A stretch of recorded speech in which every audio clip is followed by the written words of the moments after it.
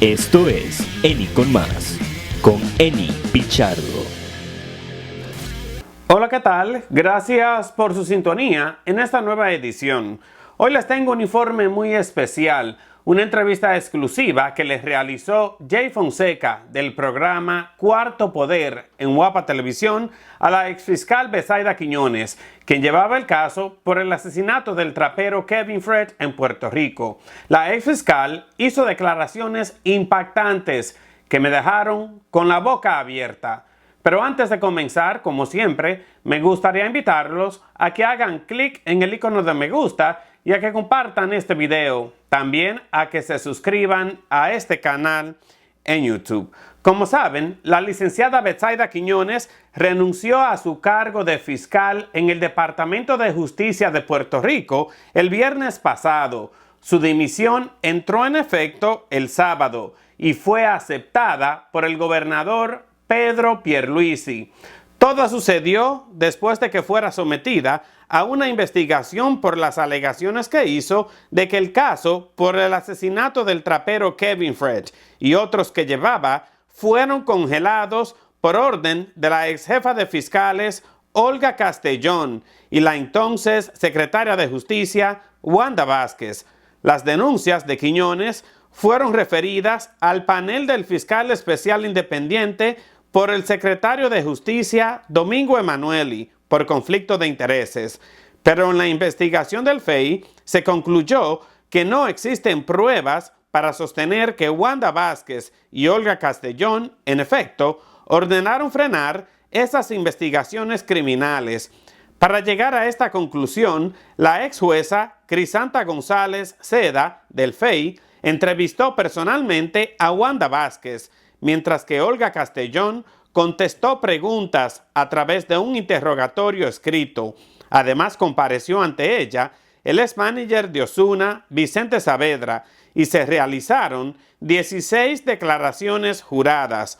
El FEI dijo que la ex-magistrada González Seda realizó una investigación extensa y abarcadora, y no se evidenció en los testimonios de testigos ni en la prueba recopilada las alegaciones de la fiscal Quiñones. El FEI asegura que de la prueba se desprende que la jefa de los fiscales acostumbraba a sostener reuniones con los fiscales para discutir el manejo de las investigaciones, así como el apoyo al trabajo que se les delegaba.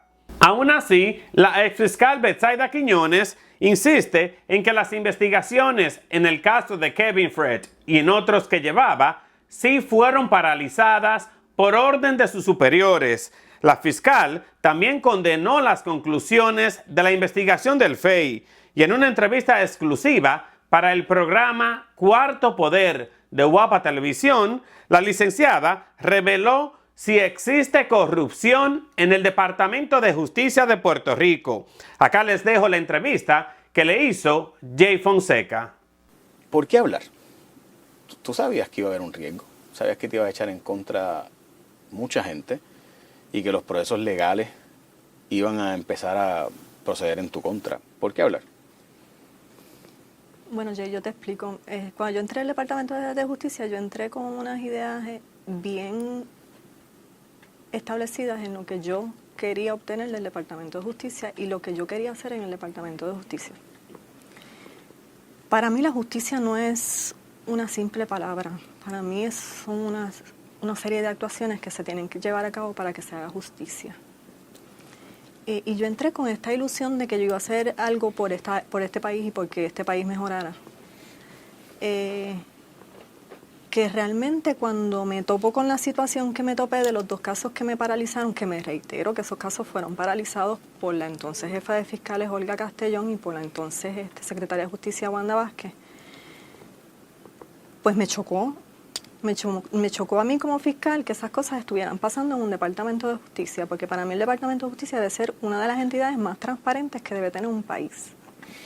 La ex jueza y unas personas probablemente más reconocidas en el panel de fiscales especiales independientes en su momento, la licenciada Crisanta González, hizo una investigación y básicamente descarta las teorías que usted presenta y plantea que al revés, que quien falló fue usted. Sí. ¿Cómo usted responde a eso? Sobre esa investigación, yo te tengo que decir que me pareció extraño que no se completara de la manera en que yo pensaba que se iba a completar, porque yo le di a ella un sinnúmero de nombres de personas que podría entrevistar y que le podrían arrojar luz sobre la paralización, y nunca fueron entrevistadas. Yo le he leído en innumerables ocasiones la resolución. O sea, que usted habló con la licenciada Grisanta González y le dijo, habla para que sepas la información y corrobore que sí se paralizó la investigación, habla con fulano, mengano, sutano, perencejo. Claro. Y nunca pasó eso. Claro, esas personas no fueron llamadas. Yo como fiscal sé cómo se lleva a cabo una investigación de esta índole, y yo le brindé, no solamente le brindé documentos que ella no tenía, que el Departamento de Justicia no le había hecho llegar, sino que también me senté y hice una declaración jurada de 20 páginas. Y también le di detalles de personas que ella podía entrevistar y que le podían arrojar luz sobre cómo había sido el proceso de la paralización. Pero si tú vas, Jay, donde un agente de la policía, por ejemplo, tú citas a un agente de la policía, por ejemplo, y tú vas con una línea de preguntas, y la primera línea de preguntas que tú le haces a la gente es, mira, gente, ¿quién del departamento de la policía o el negociado de la policía le ordenó a usted que paralizara la investigación? ¿Qué te va a contestarle a la gente? Nadie, porque es que yo nunca he dicho que salió de la policía la paralización. Y esa fue la línea de preguntas que ella le hizo a los policías, a los agentes de la policía que ella citó. Ella hace un análisis que son dos investigaciones que son diferentes y son a diferentes tiempos. Déjame explicarle, porque no toda la audiencia necesariamente conoce lo que estamos hablando. Usted habló de la investigación sobre la muerte de Carlos Coto Cartagena, que es un famoso licenciado que iba a ser testigo en un caso federal reconocido, donde justamente antes de él poder ser testigo, quedaba el traste en gran medida con la teoría de la Fiscalía y la versión del testigo principal sobre la muerte del canadiense Adam Manhan, pues muere en circunstancias bien extrañas, donde se dijo originalmente que fue un suicidio, un accidente, y usted ha mencionado pues que a usted le parece que es un asesinato. Y lo mismo el caso de Kevin Fred. Esos fueron los casos que, particularmente el de Kevin Fred, el que usted dijo abiertamente que se detuvo la investigación. Claro, yo en esos momentos dije que el caso de Kevin Fred sí se me detuvo por unas conversaciones telefónicas de Olga Castellón hacia mi persona, y que en el caso de Carlos Coto no había sido tan directamente como en el caso de Kevin Fred, pero sí me había topado con la situación de que se necesitaba la recreación para que la patóloga pudiera hacer una conclusión en términos de sus hallazgos en el protocolo de autopsia. Y yo le solicité el perito en más de 5 ocasiones a Olga Castellón y no se me accedía. Y para mí eso es una parte vital para yo poder continuar una investigación, y mi entender en ese momento es que se paralizó. Claro, cuando el FEI investiga, como te estaba diciendo, la licenciada Grisanta hace una mezcla de los dos casos. Erróneamente hace un orden cronológico erróneo de las cosas como sucedieron. Manifiesta cosas que son totalmente falsas. Por ejemplo, el que a mí Olga Castellón me dijo que no podía entrevistar a los testigos que estaban confinados federalmente porque no había habeas corpus. O sea, yo soy una fiscal de 20 años de experiencia. Yo sé cómo hacer una excarcelación de alguien que está federalmente confinado. No solamente se hicieron los habeas corpus, no solamente se dialogaron con los abogados que representaban a esos confinados en esos momentos, y están los emails en los que yo le envié los habeas corpus a esos abogados, sino que para sacar un confinado se tienen que hablar con los US Marshals también, y ellos tienen que tener constancia de que no solamente los abogados tienen el conocimiento, sino que existe el habeas corpus, y que todas las partes que están involucradas tienen conocimiento de que ese habeas corpus existe, y ellos dan la anuencia, y ellos son los que hacen la reunión y determinan dónde se va a llevar a cabo la entrevista. Que cuando usted intentó entrevistar a testigos que estaban en la cárcel federal, tampoco se le permitió. No, los abogados no me lo permitieron en el momento en que eso se solicitó. Pero ella mezcla dos asuntos que fueron totalmente diferentes y en tiempos diferentes, los mezcla en un mismo informe. Ok, entiendo. Para comprender entonces por qué usted cree que Grisanta González va a hacer un informe donde diga esto, donde plantea básicamente que los errores fueron suyos. No sé, porque tú sabes que el derecho, a diferencia de la ciencia, pues en ciencia 2 más 2 siempre va a ser 4. En derecho, quizás yo te doy una investigación a ti, tú la investigas de una manera y llegas a una conclusión, yo la investigo de otra manera y puedo llegar a otra conclusión. dependiendo de las cosas que yo le dé más enfoque dentro de la investigación. Ella obviamente le dio el enfoque a unas cosas que para mí entender no necesitaban el enfoque que le dio. O sea, usted se reitera en que lo que ocurrió fue un asesinato. Mira, yo te voy a hablar y te voy a decir específicamente lo mismo que concluyó Domingo Emanueli en una entrevista que le hicieron en Lo Sé Todo en noviembre del 2022, en el que estableció que a tanto Kevin Fred como a Carlos Coto Cartagena no debieron haber matado de la forma en que murieron. Yo simplemente repito lo que el secretario dijo en aquella ocasión. Usted ha mencionado que la investigación que usted realizaba apuntaba hacia un asesinato y que la evidencia, incluso los motivos para que muriera Carlos Coto Cartagena estaban. Sin embargo, corre el rumor de que va a plantearse que fue una muerte accidental. Usted fue a la escena, usted vio la escena. ¿Los datos que usted vio cuadran con una muerte accidental o cuadran con un asesinato? Pues yo no quisiera entrar en los detalles de la escena, obviamente, pero igual que concluyó el secretario, que fue asesinado. El secretario mismo lo dijo. Si el secretario lo dijo, yo no entiendo por qué el país lo pone en duda y el resto de los fiscales lo ponen en duda, si él lo dijo por televisión. Ok. En cuanto a... De hecho, sería una antítesis ahora decir, y sería algo diferente, cambiar de decir que fue un asesinato a decir que fue una muerte accidental. Lo tendría que explicar. Nosotros vamos a poner el audio y el video del secretario. En términos de las prioridades del Departamento de Justicia hoy, estos dos casos, Kevin Fred y Coto Cartagena, ¿dónde están en términos de prioridad? Número uno. Número uno. Seguro que sí. Sí, porque es que estamos hablando que estos son dos casos donde se han muerto dos personas que no había razón alguna para matarlas. La número uno. Probablemente el secretario lo que va a decir es que la forma en la que lo expresó no fue necesariamente la mejor. Veremos a ver. Ok. Es que yo difiero si él Sí. dice esa apreciación, difiero, porque él es un secretario de justicia que representa un departamento completo. Y lo que él dice, obviamente vale en este país. Y si no lo pensó, o no lo analizó, o lo dijo de alguna manera errónea, pues lo dijo. Sí, no, y pienso que lo puede aclarar. Nadie es perfecto, ¿no? Y el secretario de Justicia puede equivocarse en la forma en la que habla. Como persona que habla todo el tiempo en los medios y es mal interpretado, me pasa a mí también. Me pasa todos los días casi. Pero dicho eso, ¿por qué se deterioró tanto la relación entre usted y el secretario? O sea, no... Yo nunca tuve una relación con el secretario. Por eso, o sea, ¿por qué no hubo una mejor relación? O sea, si... Pues que honestamente, mediáticamente hablando, si yo fuera el secretario de Justicia, hubiera buscado tener la mejor relación posible con la fiscal, que la familia de Kevin Fred, que la familia de Carlos Coto Cartagena, que la familia Alba Reyes en este caso, en tantos casos notorios, yo hubiera buscado tener la mejor relación posible, porque la familia, las víctimas del crimen, hablan de usted como si usted fuera una heroína para ellos. Es evidente que si yo fuera el secretario de Justicia hubiera buscado la forma de tener una mejor relación. ¿Eso nunca ocurrió? Nunca. Desde el 2021, que nosotros nos reunimos en enero con Marines, a petición de Marines Cartagena, que solicitó la reunión que se dio en la sede del Departamento de Justicia y que yo fui invitada. Después de esa ocasión, yo no sostuve más ninguna reunión con el secretario. Y en esa reunión yo le establecí que me habían paralizado los dos casos. Y se lo dije frente a Marines, que estaba, frente a José Osvaldo, que es el hermano de Carlos Coto, que también se encontraba presente.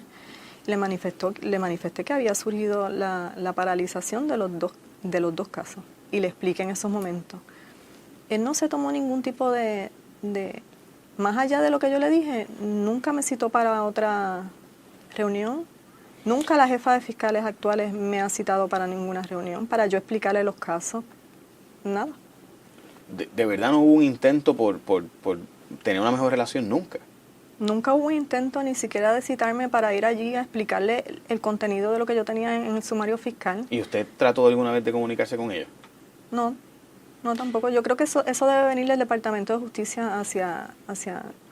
Porque yo manejaba el caso, yo sabía lo que tenía el caso, el expediente del caso lo tenía yo, obviamente. Yo corría... Y eso es algo que también quiero aclarar que se dijo en la resolución del FEI. Yo nunca saqué esos expedientes fuera del Departamento de Justicia. Cuando el FEI establece en una de las partes que yo siempre tenía el control de los expedientes, eso es incorrecto. Los expedientes no son de los fiscales, los expedientes son del Ministerio Público y del Departamento de Justicia. Si yo salí en X o Y momento del Departamento de Justicia, esos expedientes permanecieron dentro del Departamento de Justicia. Ok, hablemos de eso. Si usted tiene tanto interés en que se resolvieran esos casos, lo cual, según los familiares, era evidente, ¿por qué no intentar moverlo con el secretario? O sea, ¿por qué no pedirle reuniones a él o a la jefa de fiscales y decirle, mira, estos casos son casos notorios, hace falta moverlo? Es que vuelvo y te digo, yo entiendo que eso debe venir de la persona que llega, que no tiene ningún conocimiento de esos casos, buscar a la persona que sí tiene el conocimiento que me explique qué está pasando en estos casos. Y el destaque, cuando usted se ve en destaque, ¿no pensó decirle al secretario o a quien fuere, mira, me voy para la legislatura, estos casos deberían pasárselo a otra persona para que pueda dedicarle full time a estos casos tan notorios? No, inclusive a mí me dan una carta cuando yo me voy en destaque en la que me dicen, te tienes que quedar con estas investigaciones y con 2 juicios por jurado que yo tenía pendiente en Cagua. Condicionan el que te puedas ir en destaque eso es correcto, de que sigas investigando estas cosas. Y esa carta está, exactamente. Salió de la jefa de fiscales en esos momentos en la que me dijeron, el destaque está condicionado a que permanezca con estas 2 investigaciones. Si, ahora yo te pregunto a ti, o sea, si tú como secretario de Justicia entiendes que es tan importante investigar esos 2 casos, ¿por qué tú me envías un destaque si el que autoriza el destaque eres tú? ¿Por qué tú no me dices, mira, no te puedo enviar en destaque porque tienes que seguir investigando los casos? O mejor aún, ¿por qué no me quitas los casos y se los das a unos fiscales que no estén en destaque y puedan continuar con el proceso? Estoy seguro que respondería, bueno, porque usted me lo pidió. Yo no pedí el destaque. ¿Y quién lo pidió? Lo pide el representante, pero yo no lo pido. Obviamente se habla conmigo, pero yo no hay ninguna carta que yo esté pidiendo el destaque. De hecho, el destaque, quien solicita que se paralice el destaque soy yo. Porque habían ofrecido, el departamento me había ofrecido que siguiera en destaque. Y yo dije que no. ¿Por qué no? Pues porque yo entendía, yo me fui en destaque primeramente porque ya los casos estaban paralizados, ya yo no podía hacer nada de hecho no pude hacer nada por 2 años con los casos. Y quería estar en un nuevo ambiente y quizás ver otras cosas. Volví, regresé al Departamento de Justicia para seguir con lo que yo siempre había hecho. El secretario de Justicia y usted, al día de hoy, después de usted presentar su renuncia, tampoco le han llamado para hacer una reunión de lo que llaman, en muchos trabajos hacen un exit interview. Es una entrevista de salida para ver cómo podemos mejorar y evitar que perder talento valioso. Eso tampoco ocurrió. Tampoco, y nunca ha ocurrido con ninguno de los fiscales que se ha ido anteriormente. Ese es el problema del Departamento de Justicia, que está dejando ir a los mejores fiscales que tienen en sus salas. ¿Y qué hace después? Después que los fiscales se van, los desacreditan, hablan mal en contra de ellos, dicen que se fueron a representar a narcotraficantes, como le dijeron a Janet Parra, o que Janet Parra se había ido por una computadora a colores para minimizar su renuncia, cuando no son cosas que agradecerle a ese funcionario público que estuvo tanto tiempo en el Departamento de Justicia. Lo que no conoce Domingo Emanueli jamás ni nunca lo va a conocer, ser un servidor público de corazón. Porque vamos a recordarle a la gente de dónde viene Domingo Emanueli. Domingo Emanueli es abogado privado en Arecibo. Yo soy de Arecibo. No sabía quién él era. Abogado privado. ¿A qué se dedicaba? A defender las grandes aseguradoras de este país. Se da a conocer porque el licenciado David Noriega lo invita a ser parte de un panel en WKQ de análisis político.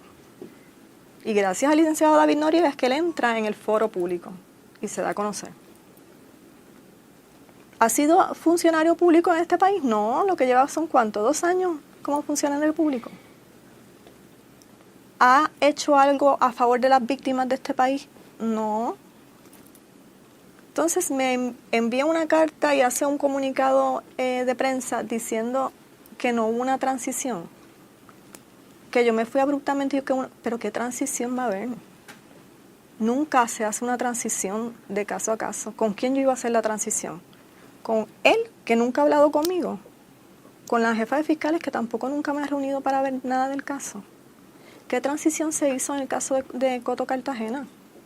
Si me dijeron entregar el expediente y después se lo asignaron a otro fiscal, no hubo ninguna transición. ¿De qué transición habla Domingo Emanueli? ¿Con qué derecho él tiene de hablar de las víctimas y decir que yo dejé a las víctimas solas? Si él nunca ha sido un defensor de las víctimas. Ahora porque es secretario de Justicia, pero anterior a eso no. Ni ha sido un funcionario público de corazón.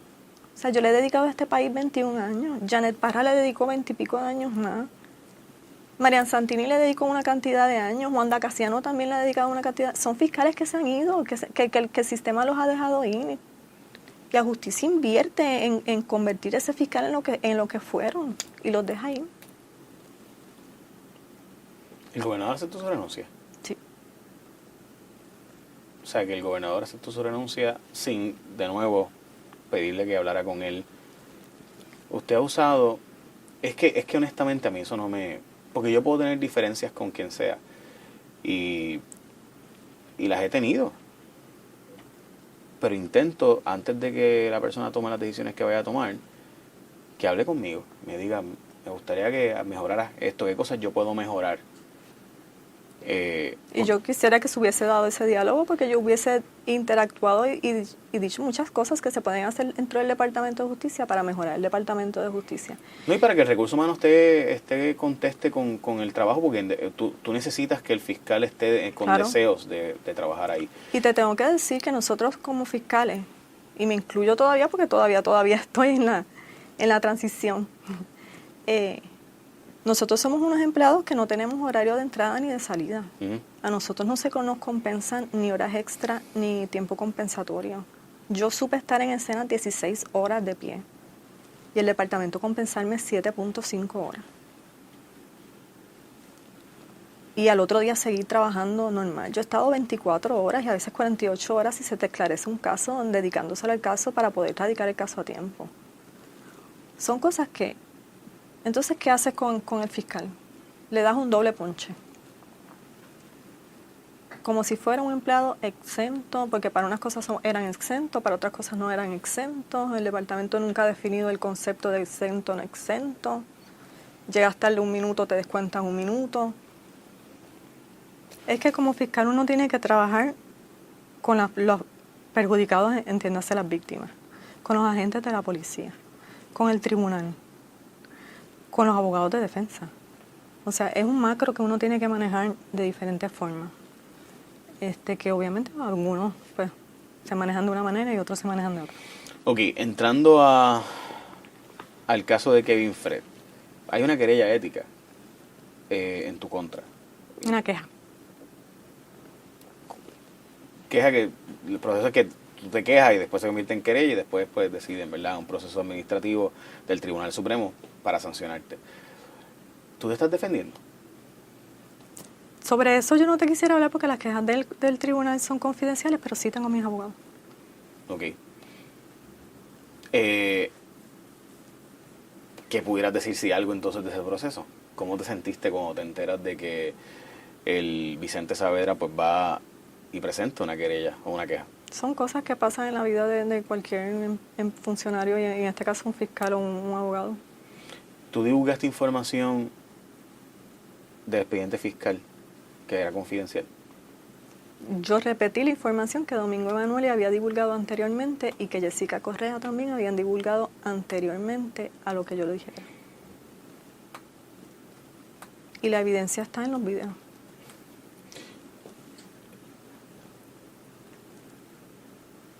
Estos casos, específicamente, involucran gente bien poderosa y por eso no hemos sabido la verdad 5 o 6 años después. Bueno, yo creo que el país se debe dar cuenta de quiénes son las personas que están detrás de los casos. Es algo que no se necesita mucho, estudiar mucho el caso para saber quiénes están detrás de cada uno de los casos. ¿Temes por tu seguridad? No, porque yo cada paso que doy lo doy con Dios al lado mío. Y yo he aprendido en este camino que Dios te va a llevar a donde te tenga que llevar. Y yo sé que yo voy a estar bien. Pero, por lo que has mencionado antes, estamos hablando de gente Eso es así. peligrosa. Eso es así, pero más poderoso que Dios ninguno.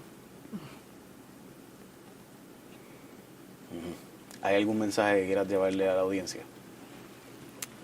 Le quiero dar las gracias a las personas que confiaron en mí, que creyeron en mí, que me dieron el apoyo, que me paraban en los sitios y me decían, fiscal, estamos con usted.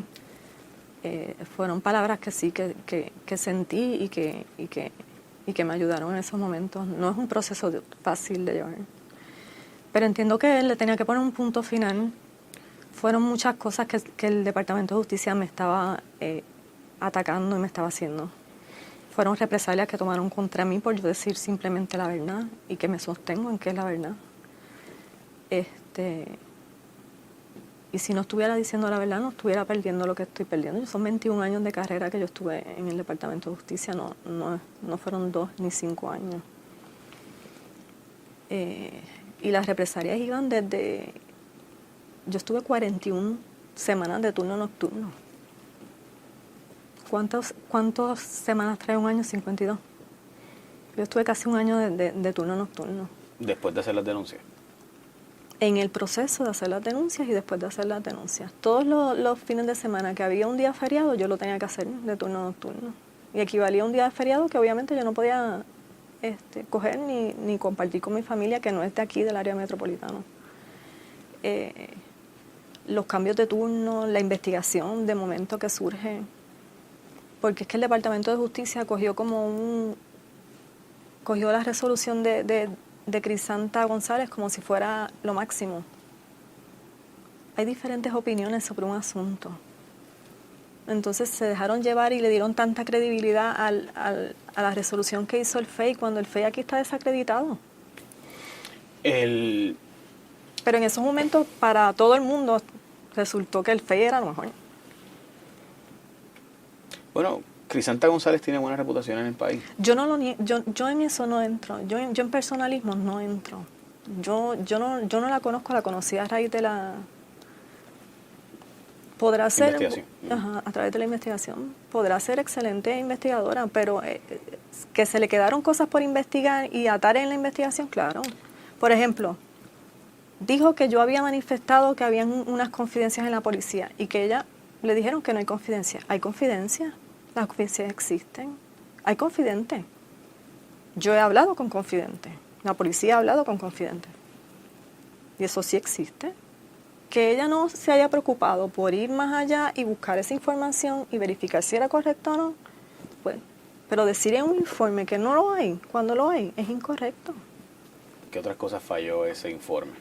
Entrevistar gente que era parte del problema y de la situación. ¿Por qué entrevistar gente? ¿Por qué no entrevistaste a Marínez Cartagena, que tenía información de línea? ¿Por qué no entrevistaste a Hilda Rodríguez, que tenía información de línea, que son las madres de los perjudicados? ¿Por qué no le diste participación en la investigación a ella? Cuando yo te estoy diciendo que tienen información de línea como fiscal. ¿Qué significa información de línea?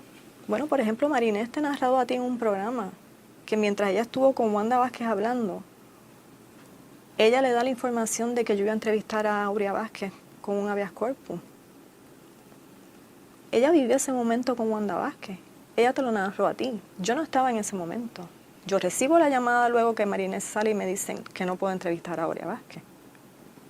O sea, son cosas que se pudieron haber, obviamente en la cadena de eventos eran eslabones que se tenían que llevar a cabo para poder hacer todo el cuento completo. Pero ella decidió irse por unas partes y darle una credibilidad. ¿Cómo si Olga Castellón era tan importante? ¿Por qué tú le envías un formulario con unas preguntas? ¿Por qué tú no la entrevistaste personalmente? Porque el diminor de una persona te dice muchas cosas, lejos de una escritura. ¿Por qué tú no la entrevistaste personalmente y te preocupaste por solamente hacer un interrogatorio y enviárselo y que ella te lo contestara? Y dar por fe que ese interrogatorio ella lo juramentó, porque nadie sabe quién juramentó ese documento. Le llegó al FEI. ¿Quién lo juramentó? ¿Quién lo contestó? Ella lo tiene que dar todo por fe. ¿Hay alguna otra cosa en la que falló el expediente o debo decir el informe? La cronología, como te dije, no fue la correcta. Se insinuó que yo no sabía el proceso, cómo se hacía el proceso en la federal. sea, no es la primera vez que yo trabajo con casos que hay confinados federales. Usted habla de represalias Sí. y repetidamente usa la palabra represalias. ¿Va a demandar como whistleblower? ¿Es una posibilidad que considera?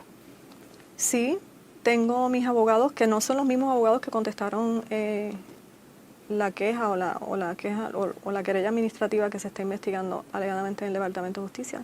Sí tengo mis abogados, me he orientado laboralmente. Es una posibilidad de mandar al Departamento de Justicia, de mandar al secretario en su carácter personal. Es una posibilidad. Bajo el Es argumento. una determinación que también tengo que analizarla profundamente y lo estoy haciendo. Y emocionalmente, Claro, porque lo que conlleva un proceso como ese es complicado. claro. Podría ser por whistleblower, podría ser por despido Constructivo. constructivo. Porque todo eso ellos Despido hicieron. constructivo es como básicamente no se te despide, pero te obligan a que renuncies. Exacto. Para Te crean persona un abogado. te crean un ambiente de hostilidad que tú prácticamente no puedes hacer nada. Que eso fue lo que prácticamente pasó en mi caso. Esa era mi última pregunta precisamente. ¿Cuál fue el ambiente de trabajo una vez haces estas denuncias públicas o una vez se sabe que vas a hacer denuncias públicas? Pues mira, lamentablemente, no sé si es porque uno llega al extremo de que se institucionaliza dentro del Departamento de Justicia y no mira más allá. Mis compañeros no me dieron nunca la razón, pocos de ellos, los podría contar con una mano. Se acercaron para decirme, estamos contigo, no estamos contigo. El ambiente no era fácil de manejar. Los turnos tampoco no eran fáciles de manejar, porque uno estar de turno constantemente te agota emocionalmente y físicamente, estar viendo escenas te agota. ¿Nunca habías Para- estado 41 semanas en las madrugadas, en el turno de madrugada? Nunca. Nunca, y yo te aseguro a ti que si tú pides un desglose en el Departamento de Justicia, ningún otro fiscal ha estado 41 semanas de noche haciendo turno. En un año. Que si lo puedo hacer toda la vida que he estado en el departamento, quizás, pero un año, no. No. ¿Qué otras represalias se tomaron en tu contra que recuerdes? Bueno, la investigación que hicieron al final, que fue para mi entender, fue una investigación frívola, sin fundamento. Decir que yo abrí el sumario fiscal cuando yo prácticamente repetí lo mismo que él dijo y lo que había dicho ya la Jessica Correa y Domingo Manuel y antes. Y ellos tenían conocimiento de eso porque salieron públicamente a decirlo, lo dijeron en tu programa y lo dijeron en otro programa de tu canal. O sea, hacerme un escrito diciéndome tienes 15 días para defenderte de estas dos alegaciones que estamos haciendo, que el secretario está haciendo en contra tuya, es bien difícil de asimilar cuando tú llevas 21 años dándole a esto y dándole todo, porque yo di todo en el Departamento de Justicia. Cada caso que yo vi, yo dejaba un pedazo de mí en cada caso. ¿Qué mensaje le darías a la mamá de Kevin Fred? ¿Has podido hablar con ella? Sí, tuve la oportunidad de hablar con ella. Tuve la oportunidad de hablar con ella y con María Inés también tuve la oportunidad de hablar. Yo lo lamento, yo traté de hacer todo por sus hijos. Todo porque los casos de sus hijos se esclarecieran, porque yo creo que ese es el punto final que debe tener un fiscal. Tan es así que puse mi trabajo y mi posición en juego. De verdad que lo lamento mucho. Que no haya podido llegar hasta finalizar y que ella pudiera cerrar ese círculo, lo lamento mucho y así hablé con ella y se lo expresé. ¿Hay algún espacio de diálogo? ¿Hay algún mensaje que te gustaría dar al secretario?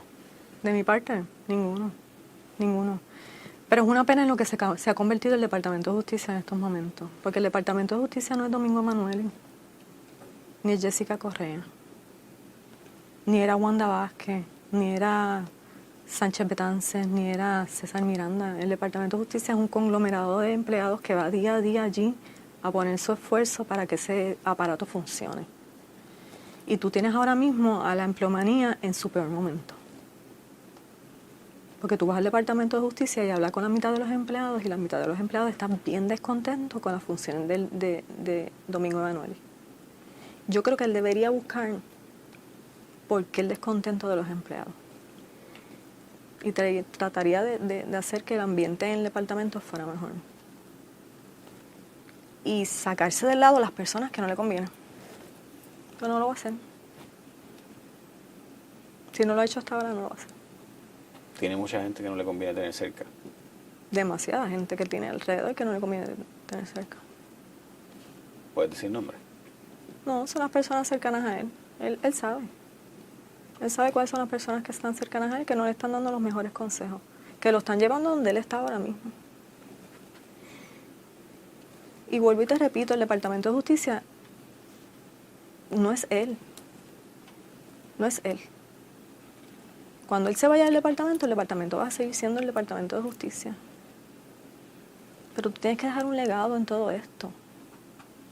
Entonces, ¿qué tú estás haciendo en pro? Porque es bien fácil hablar a las cámaras, hacer anuncios de televisión, decir las víctimas son mi primero, las víctimas esto otro, pero ¿qué estás haciendo con las víctimas?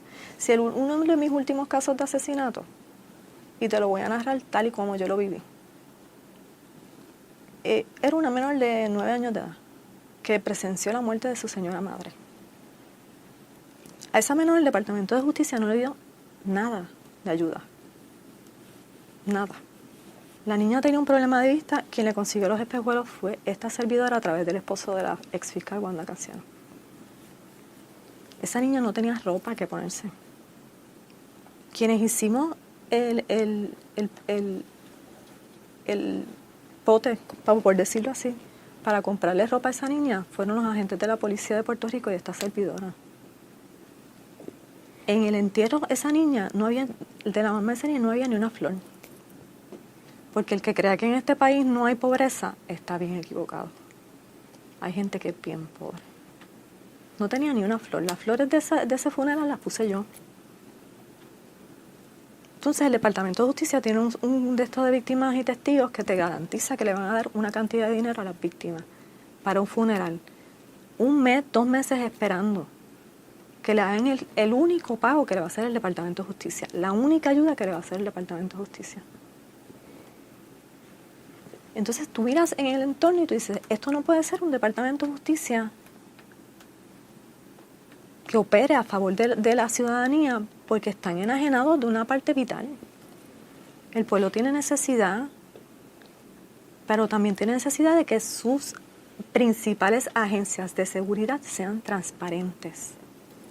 Y los amiguismos y las politiquerías y el yo conozco y las llamadas telefónicas y esas cosas no ocurran dentro de un Departamento de Justicia. Que el hecho de que sea pobre o rico no sea un óbice para que esa investigación corra o no corra.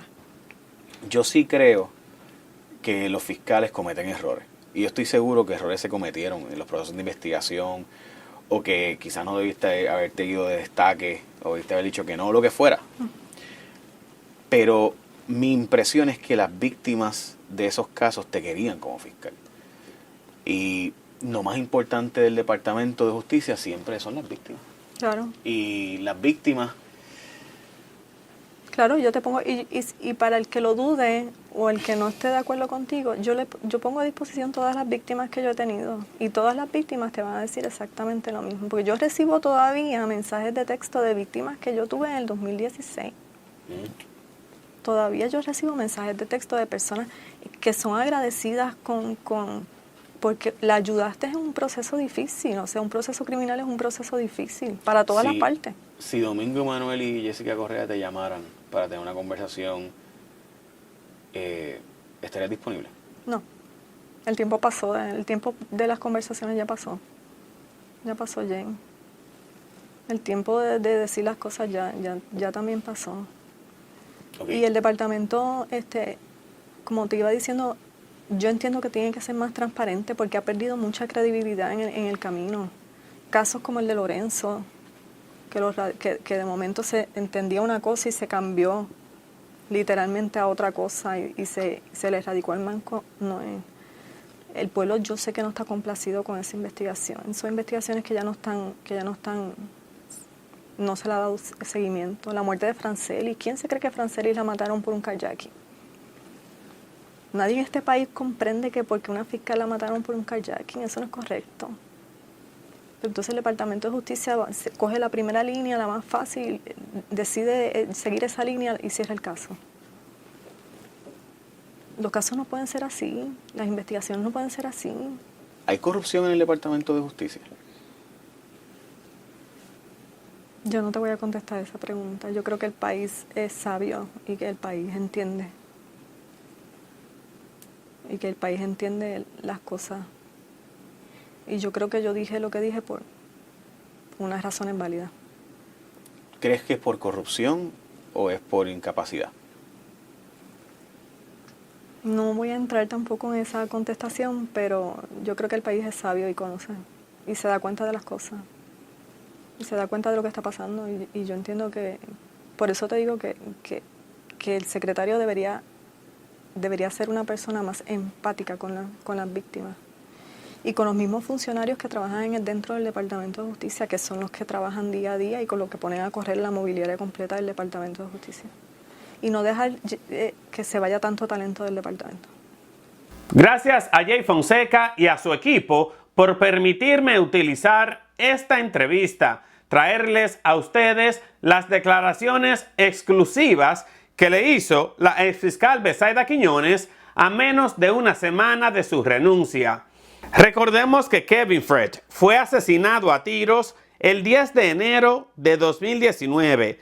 Recibió 8 balazos, uno de ellos en la cabeza, mientras conducía una moto por Santurce.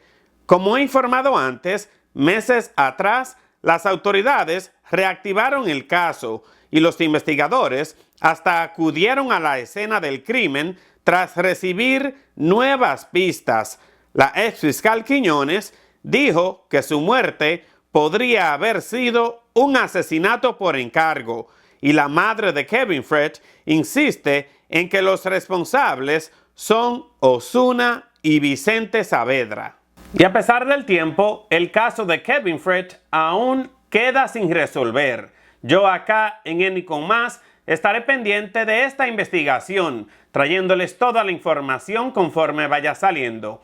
Eso es todo por hoy, agradeciéndole su tiempo y su confianza, invitándolo a que haga clic en el icono de me gusta y a que comparta este video. También a que se suscriba a este canal en YouTube. Nos vemos mañana en otra edición de Eni con Más. Un breve informativo, siempre con la verdad.